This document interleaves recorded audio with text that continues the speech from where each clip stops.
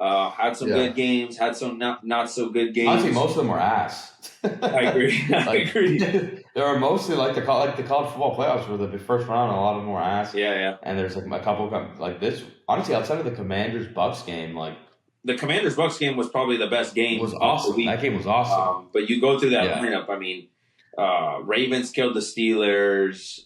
The Rams killed the Vikings. Which was that was crazy. Packers was awful. Bills Packers was terrible. Chargers Texans. I mean, there was a game for a little bit, but Chargers ran away with that. What else? Texans ran. And then Bills Broncos. Right? I mean, Bills are down 7-0, and you're like, oh. And then they just scored 31 on 31. And it was never a game after that. But I mean, it's part of the territory. Like the good teams are going to win. You know, they turn on a switch in the playoffs.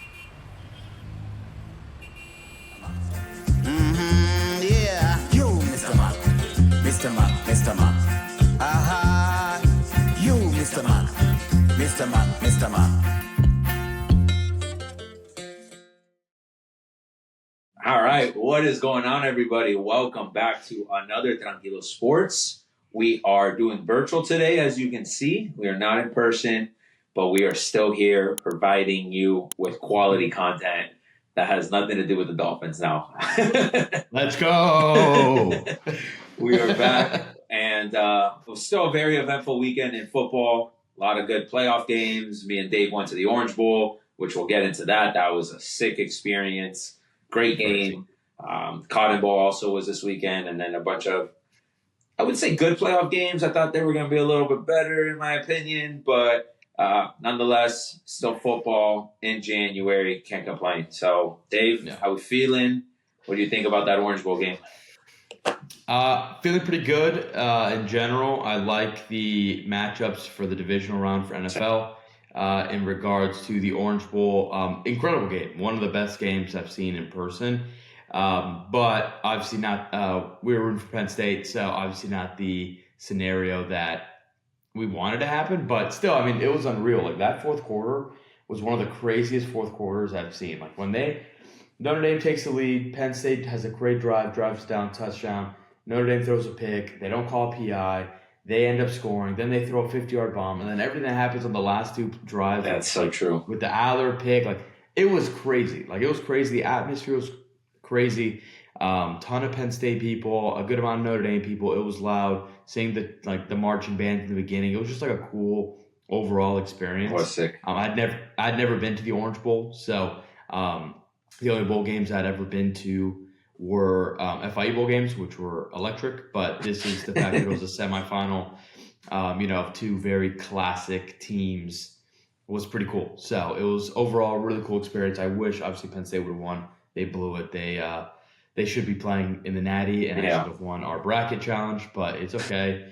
All good. It's crazy because that game, 3 quarters, we were talking with the whole game. They're like, the under was easy to hit. And then the fourth quarter blew up in scoring after basically pretty much very little scoring. It was, I think, 10-3 at the half was the score. And then Notre Dame scored 17 unanswered, after it was 10-0. takes the lead, and then the rest is history. It was just back and forth the whole game, crazy play after crazy play.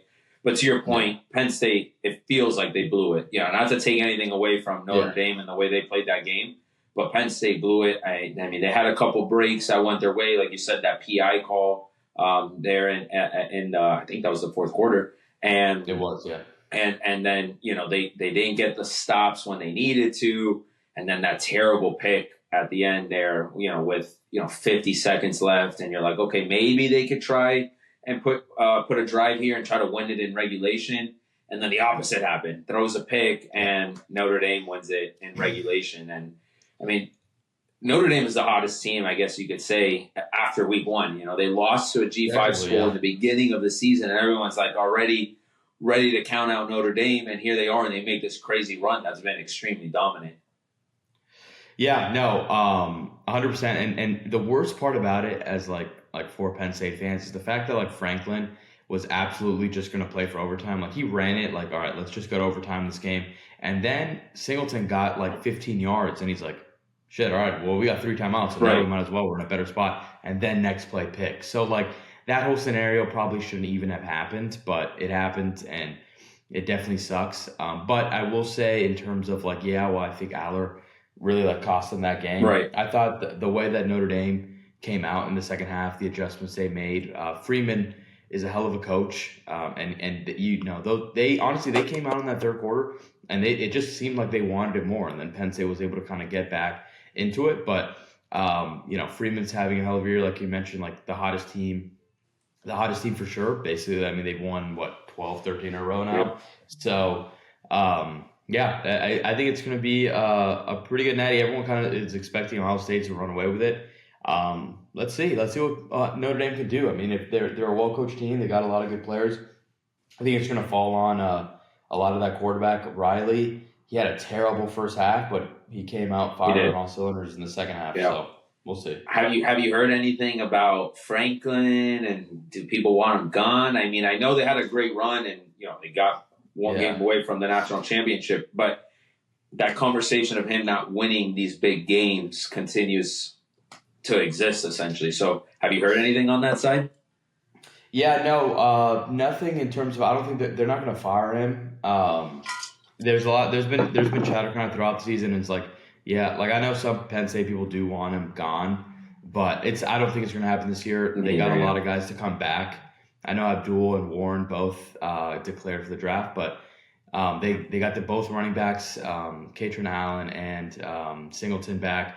A bunch of guys on defense came back. So I think they're ready to run it back. And so at that point, you can't really get rid of Franklin. But I think next year, if he doesn't, if he loses, because they have Ohio State and Oregon on their calendar next year, if he loses to both of them, it's going to be hard to keep. I don't understand how they can keep him around. Right. The argument is obviously since he's been here, they're in contention every year, right? They've gone, they've been right there. They've won a couple Big Ten championships with him. But, when you keep losing to the top of the top, right, you're still very good. But if you can't get over that hump, eventually you are going to have to move on. Yeah. I don't know. Let's see what happens next year. But yeah, as of right now, Franklin's definitely safe. But let's see what happens. I think next year is definitely going to be a big year for him. He's a lot like McDermott for the Buffalo, right? Buffalo, obviously, every year is a dominant force, won the division multiple times. But when it comes to the playoffs, Mahomes and Andy Reid own them in the playoffs. And can't fire the guy because he's getting you there and he's competing at the highest level with the best teams, but he can't get over that edge. So we'll see what happens there at Penn State. We'll be there. We'll be there next week, next year. First game for us, second game for them. But September 6th we'll be there at FIU, going to Beaver Stadium. So and then when FIU wins, that's probably when Franklin probably gets fired. Yeah, I mean, if FIU beats them, then let's just say Franklin's probably on the way out. Or it's the same thing with Notre Dame. It's the game that influences them to go on a crazy run. Yeah, because they play Oregon 2 weeks after us. So trap game. Yeah, exactly. So let's see. Keon Jenkins is ready to put on a show. Let's just say that. I'm hyped. That's gonna be a sick environment. Talk about another crazy place to play is there in Penn State. So that's gonna be sick. But let's get into the other game that went on this weekend. We got Texas, who was playing Ohio State, and I mean, pretty much everyone picked Ohio State this week. Just the way Texas was playing. But it was a pretty competitive game for the most part. Texas held their own there, but Ohio State is just the better team at this point. They blew. They're another team that kind of blew it in terms of. I mean, I've never, in terms of just like bad beats. I had Texas for first half +7. Right, they're down 7. It's like, okay, whatever, we're pushing. They scored a touchdown with like 40 seconds left. It's like, oh yeah, all right, we're going to halftime tied. Cash in the bet. Boom, 75-yard pass. Like, what are you doing? Rough. Like, what is that? And then, second half, first of all, I'm on Texas naturally +6. And then I had second half team total over 11.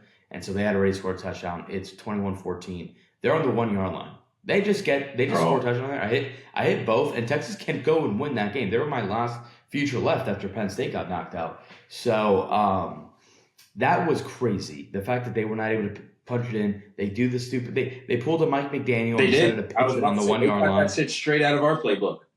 Yeah, that was a Dolphins play. So that was stupid on their end. They had Ohio State. Ohio State came out of the gates hot, and then they kind of Texas held their own the entire way. They could have beaten them for sure. Will Howard played a little better in the second half, but I mean they kind of controlled him for most of the game, and that defense is good, the Ohio State defense. But everyone's projecting them to kind of steamroll Notre Dame now. I think they're 9.5, 10. I was gonna say what 9.5? Yeah, they opened at 9.5. So let's see what they're at now. But, let me see. Let's see.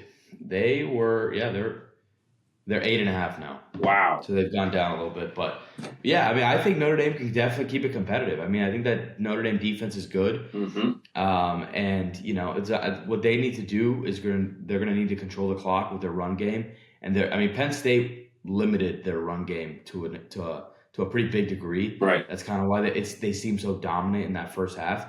If they're able to get break a few runs and get that run game going, they can compete with Ohio State. 100%. I don't think Ohio State's this outworldly team. I do think they're the better team, but in terms of in the past, we've seen the Georgias and the Bamas and even Clemson in their day, you're that team's just dominant. This, I don't think Ohio State's. I mean, they lost twice in the regular season. You know what I mean? They're not unbeatable. So exactly. But listen, they're hot. They're they're definitely. I get why they're favored, but I think it could be a really good game. So I'm hoping for a good game at least. Yeah. It's. You see how they covered Jeremiah Smith in that game? They were putting 3 guys on him all game. I'm sure Notre Dame is going to put a similar game plan on him, but then again, that opens up the passing game to other guys that'll step up. I mean, they got a ton of talent at wide receiver, so I don't think Jeremiah Smith is going to be locked down as much as he was, but I mean, he's a force to be reckoned with. I mean, that's the most expensive lineup in football right now. So they've got that team is stacked for sure. But I mean, you obviously got to contain him. I mean, Texas was able to contain him, and they were able to kind of limit them offensively. So let's see what Notre Dame can do. I trust in Freeman to put together a game plan. But let's see. I probably still, if you had to tell me who do I think is going to win, I probably would still go Ohio State. But I'm hoping for a good game. That's all I'm going for. Yeah, I don't really care too much about who wins, but I guess then you're saying Ohio State, what's your score projections for this game? I think it's going to be, if I were to, I'm probably going to take Notre Dame to cover, to be honest. Just one, based on the fact that I want a good game. 2, I think 8.5. 9.5 for a national championship is big. Wild, yeah. But again, I mean, we've seen blowouts in the Natty. I mean, Michigan kind of crushed last year. I think Georgia crushed TCU or something a couple years ago. So you know what I mean? So it can happen. College football is very liable for that. But I'm gonna go 28-24 Ohio State. I like that. I think it's gonna be a closer game. Yeah, I agree. I think Notre Dame covers. I'm actually gonna take Notre Dame to win. I really like their defense. I like that. I personally thought whoever won the Penn State Notre Dame game was gonna win the Natty. So. I think we saw 2 really good teams that, I think were very evenly matched across both sides of the ball, and both have really good defenses. So I think they're going to do enough to contain Ohio State. Ohio State's defense is very under. They're under. What's the word? Underappreciated. Yeah, underrated, underappreciated. They're very good because their offense is so powerful, right? And they got so many weapons that people talk about their offense, but their defense is very good. But I still think I was impressed by that Notre Dame quarterback. I thought he played really well. He can make plays with his legs. I think that'll be a factor. But I also think Notre Dame's defense is going to come to play, and they're going to contain them. I kind of have a feeling it's going to be. I hate to say it, but it might be a low-scoring game again. It could be. It could be. I'm gonna go Notre Dame 26, Ohio State 23. All right. Listen, that would be a great game. So yeah, but yeah, we'll see. I think it'll be a good game. It's not the matchup I don't think a lot of people wanted, but I still think it'll be some. Well, it's funny. I mean, I think in general the college football. Like the playoffs, the 12 team, I mean, it's literally a 7v8. Like, you know what I mean? It's crazy that none of the top 4 teams even made it. Yeah. Even won a game, to be honest. That is very true.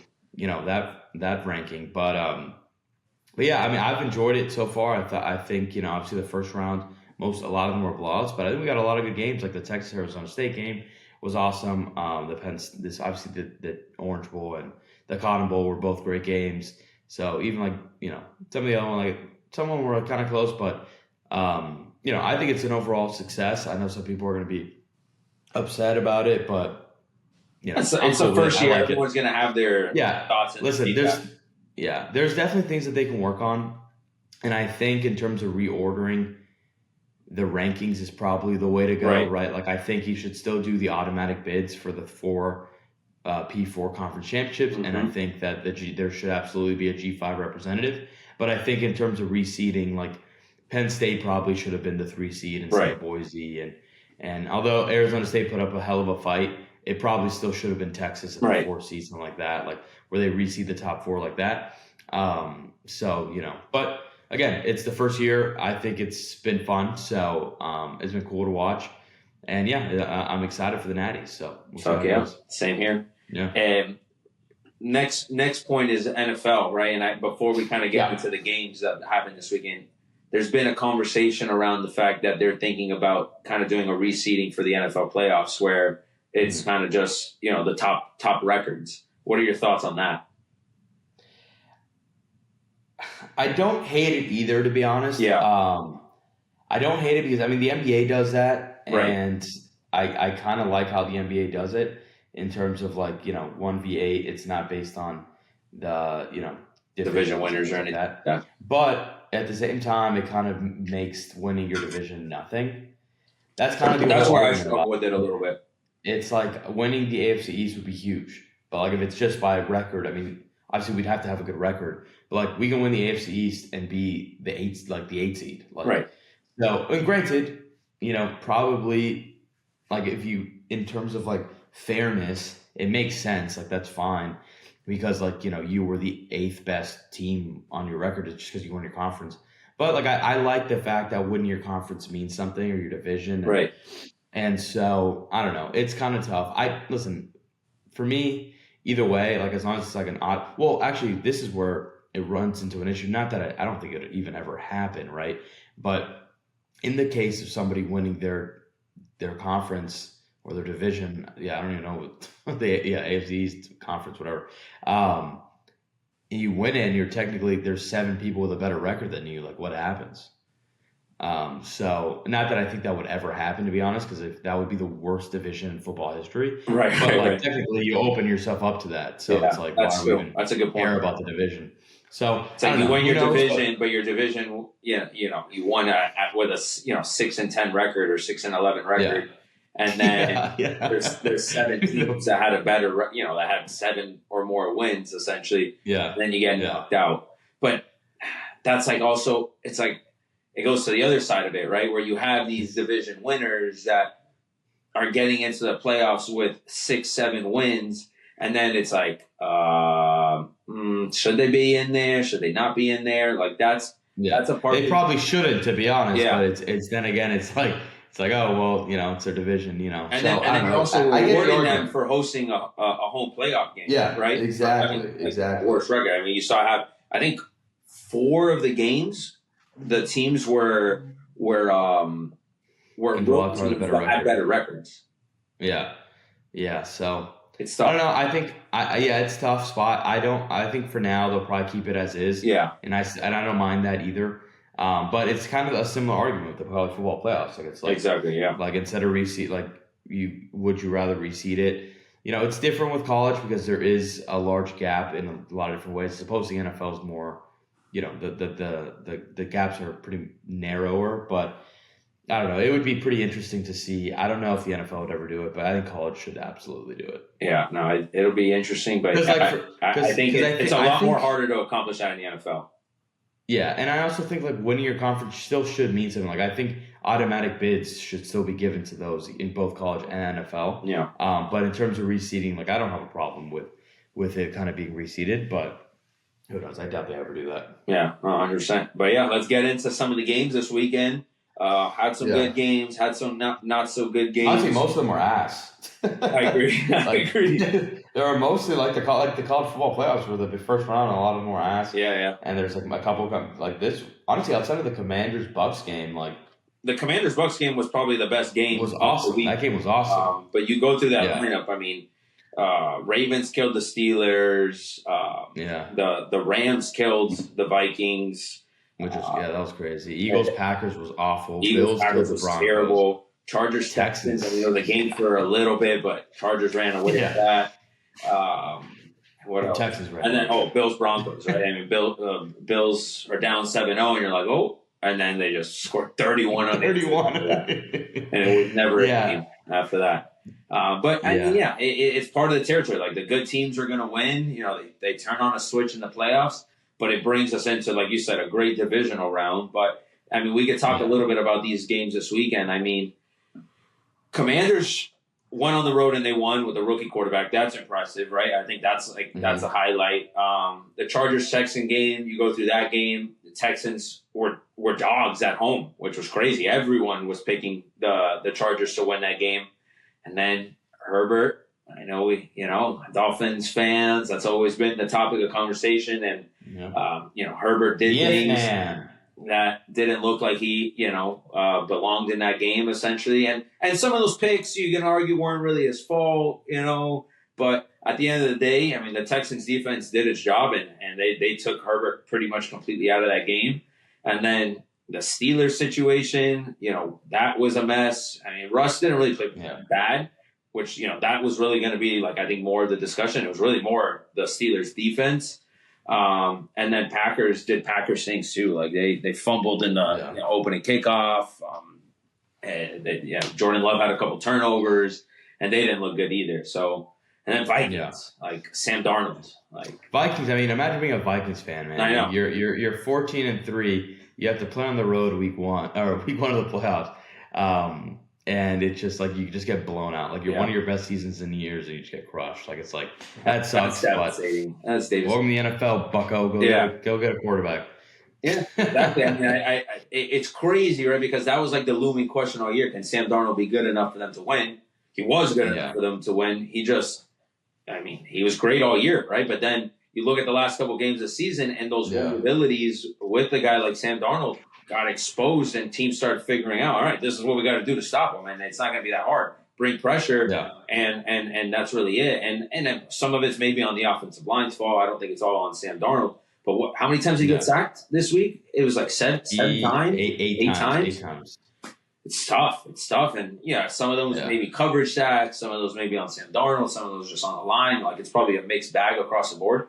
But damn, they did not look like a 14-1 team on the road in the playoffs.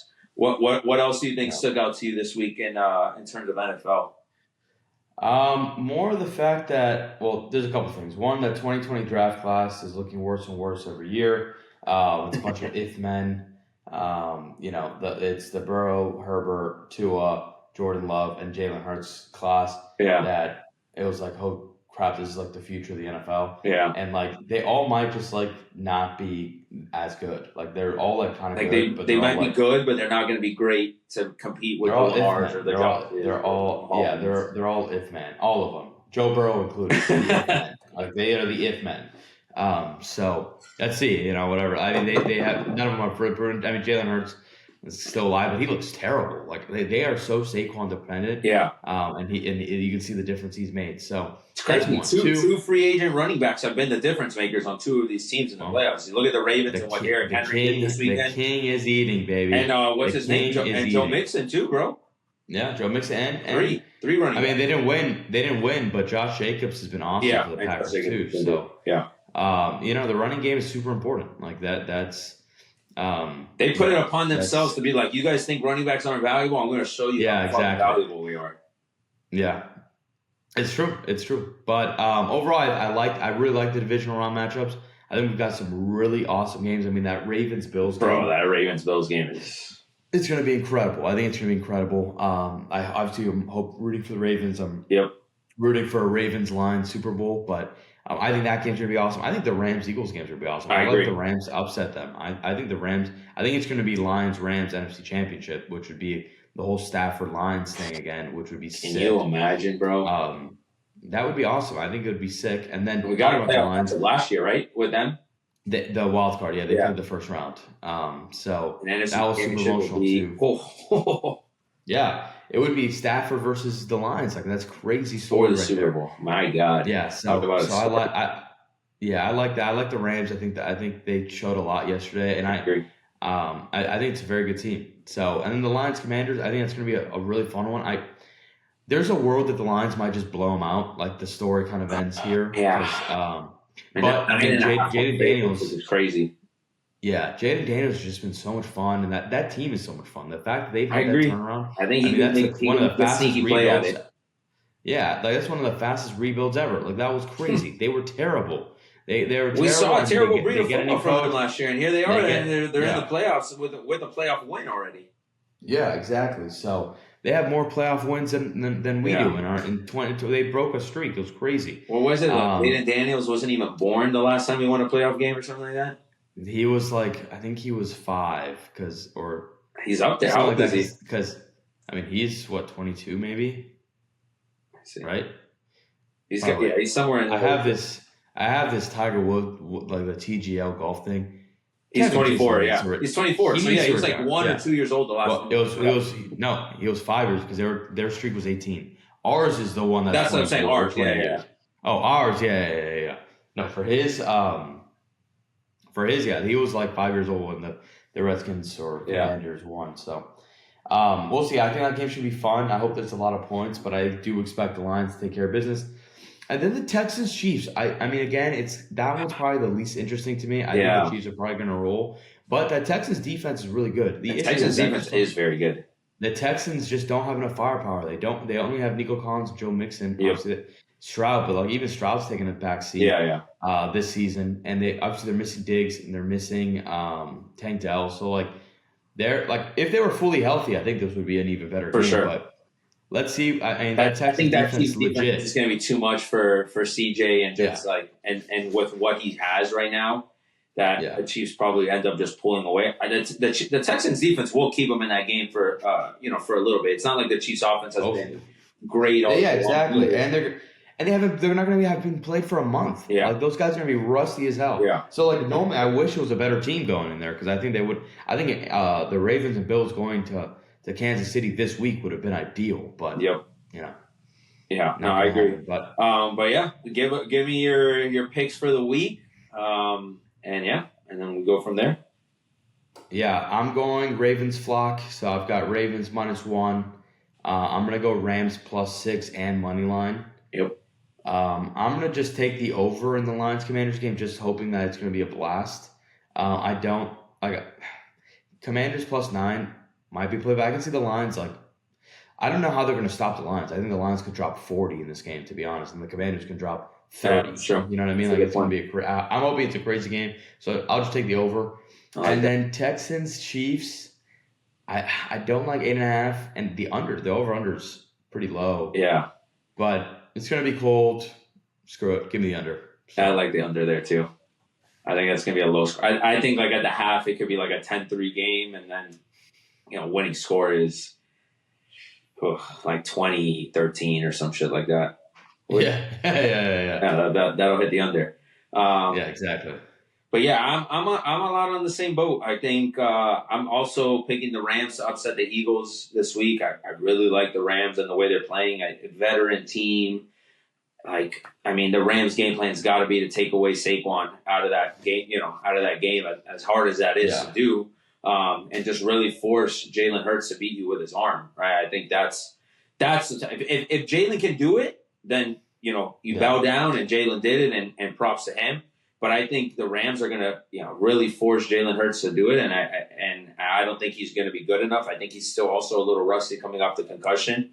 I think the Rams pull it off on the road, and that would be crazy. Those Philly fans will be livid if that happens. But I got Rams. I also got Ravens. I think the tandem of Derrick Henry and Lamar is just too much, right? Like, Bills have also been great, but they've been in a lot of close games this year. And I think very similar to, the Vikings, where the Bills just they're too heavily reliant on Josh Allen and James Cook, right?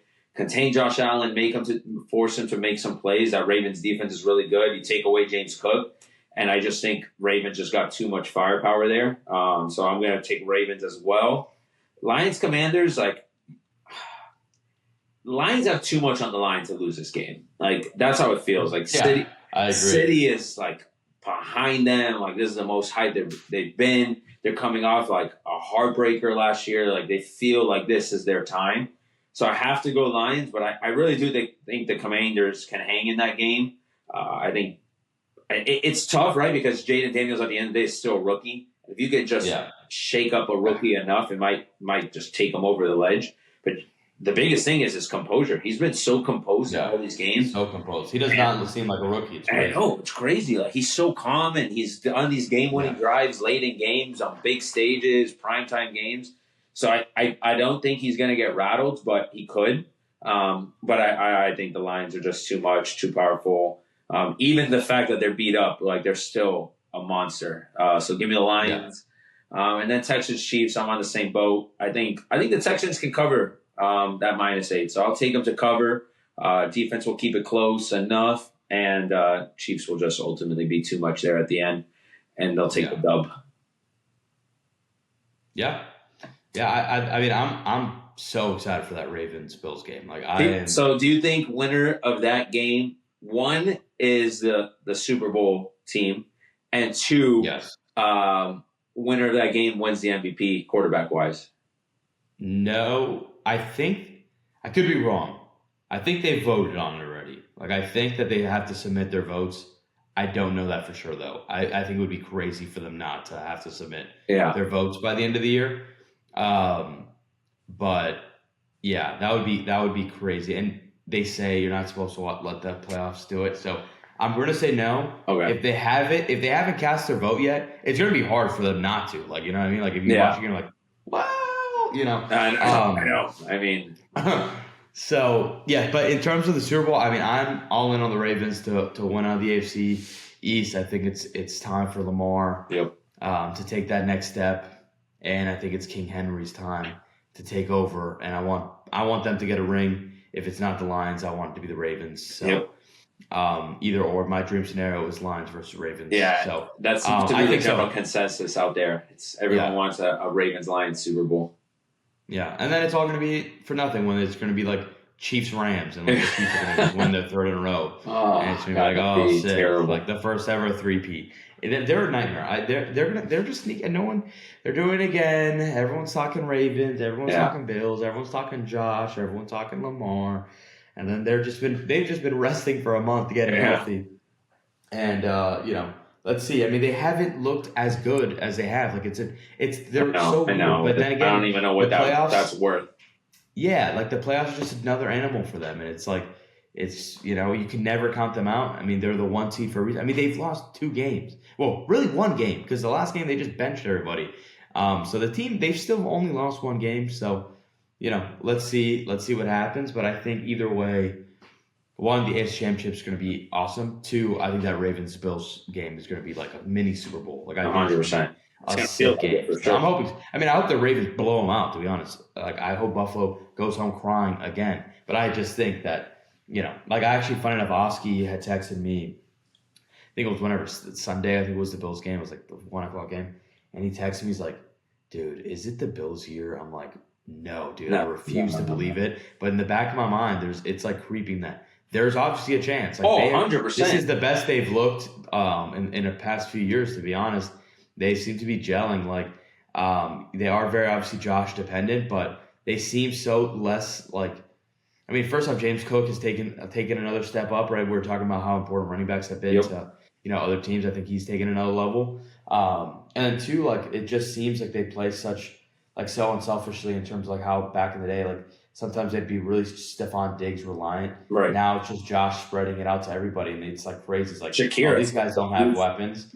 Yeah, exactly. And then you've got guys like Shakir and what's the other guy, Coleman. Keon Coleman. And then the two tight ends who like. It's crazy. Like none of them are none of those guys individually are like anyone crazy. Like no one like you'd be like, oh, let's highlight Shakur this week. Like right. It's just like your highlight is Josh Allen and Cook, but how good Josh Allen is, he makes everyone around him better. So it's always scary.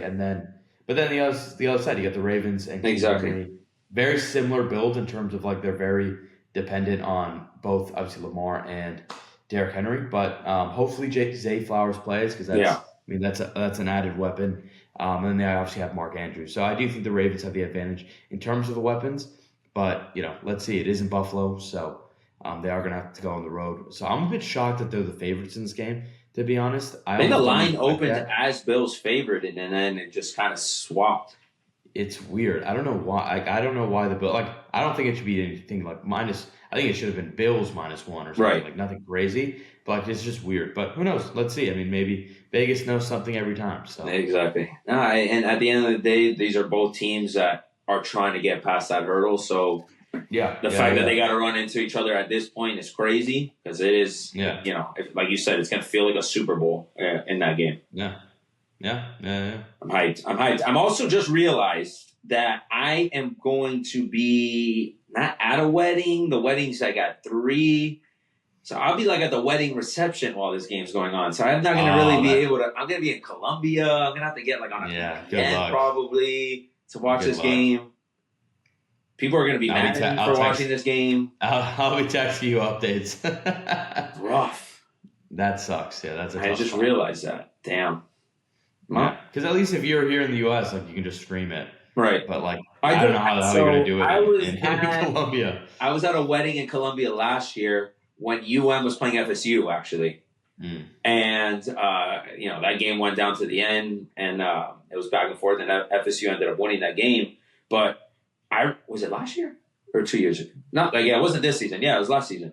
And I was able to get on a VPN on my phone, and I was just walking around the dance floor. And then all the dudes were getting around the phone, and they were like, "Oh, what's happening?" All UM fans, too. And I'm like, "Fuck yeah, let's go." I remember when I got married. Now I guess 2023. Like the first thing we did was like check what big games were on that weekend, because the last thing Julie wanted was people like looking at their phones during wedding. Because we gone to like my buddy Michael got it married earlier in the summer during the Heat run, and he was playing during like Game 2 of the Celtics game. So like everyone was just on their phones watching the game. So that's like I do it no matter what, to be honest. I'm gonna do it. I'll shame the Stanley Cup runs. I do. I'm shameless about it too. But it's always one of those like awkward, like, oh, like should I? It's on. Like, can you imagine if the Dolphins were in the playoffs? No, first off, the wedding would be canceled. I would have, we would have been flying to. I would have been like, babe, I'm sorry, but we would have been flying to wherever the hell this thing is. Like we were talking about on the Breaking House Rules one, like with with the first kid. I'm like, all right, the first kid thing, understood, I guess, whatever. But see ya, son. A wedding. I'm gonna name you Lombardi Hondel in honor. Your name's gonna be Lombardi. Oh man, but it's gonna be a good weekend. I'm hyped. It sucks the Fins are not in it, but we got good football, and I will take that every single day. We can't take these weeks for granted either, bro, because here we are already. It's wrapping up, and football's almost over, which is crazy. So we got to soak it all in. Since we have a month of football left. So college is done. This coming week.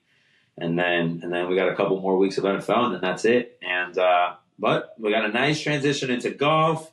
We got Sony Open that happened this weekend. Oh my God, we gotta touch on that. Yeah, that was an electric finish, though. I remember looking at that leaderboard and being like, "Hey, there's a couple guys there at the top." Yeah. I forget who was there in the lead that he kind of choked it at the end. It was Spawn. I think it was JJ Spawn. Yeah. That was tough. But then our boy Nico comes in out of nowhere. I mean, he was in contention all week, but he got hot there at the end. Well, what happened with Nico was that he was like, I think 2 back starting the day and went bogey immediately. So I was like, oh, okay. Oh, wow.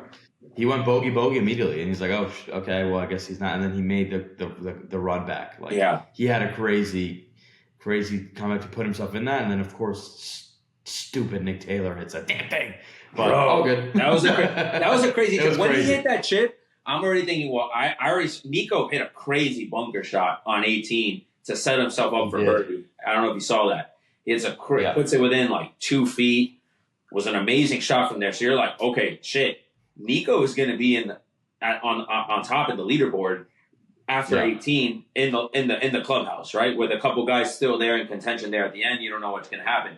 But Nico's going to be in the lead. Then you're seeing this guy getting in trouble, Spawn getting in trouble, and you're like, oh my God, Nico could win this tournament now, right? And he'll have 2 wins. Yeah. And then Nick Taylor hits that chip for eagle, and then they're like, holy shit, he's 16 under. So now you know for sure there's going to be 2 guys in a playoff. And then you're like, bro, Nick Taylor just hit this crazy chip in. Like, it almost feels like when those guys hit those type of shots, the stars are just aligned. Like, you're going to find a way to win. And it's crazy. I think 3 of his PGA Tour wins have been playoffs. All his wins are playoff wins. Like something like that. Like, he's 3-0 in playoffs. Like, it's crazy. I knew. It's wild. And the worst part about it was the fact that, one, if he doesn't hit that chip in, obviously that's Nico ends up winning because these guys both end up parring the 18, which is crazy in itself.